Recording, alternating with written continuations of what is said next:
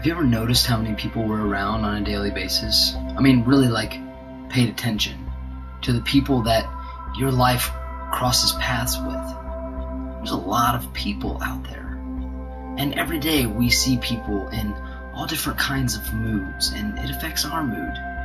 We see happy people, we see strange people, we see, really upset people. Like their life is hurting terribly.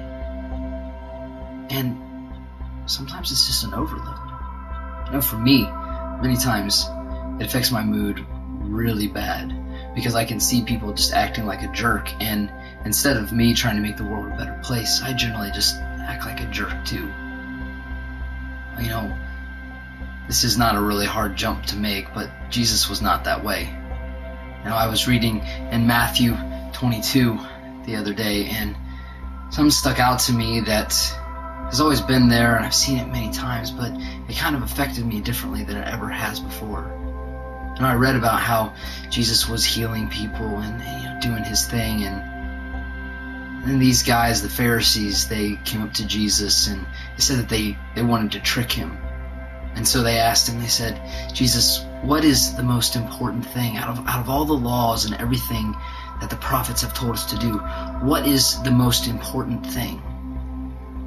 And Jesus just very quickly answered back to them, and he said, well, the first and the greatest commandment is to love the Lord your God with everything that you have, with all of your heart, with all of your soul, with all of your mind, with all of your strength, with everything that you have, to love God.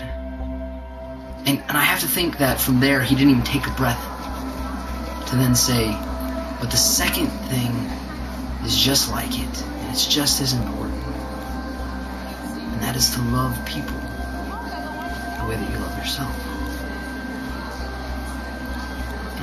For the last couple of weeks, we've talked about where's the love. Do you have the love of Jesus in your heart? Do you know that love for sure, that it's yours? Have you captured it? It's there for the taking. Just like all the gifts that you opened for Christmas. It's right there. You just have to accept it. And then we asked, are you showing love? But those two things can't be separate from one another. They always have to stay together. Because the first thing is the greatest and the most important. To love God with everything that you have. But the second is just as important. In fact, the cool part is what Jesus told the Pharisees, because he said that everything, the law, the prophets, all that stuff, it hangs on those two things right there. Meaning that you can have all the understanding of the Bible and everything else that you want to have, but if you cannot truly love God with everything that you have and love people in just the same way with everything that is inside of you, then nothing else really matters.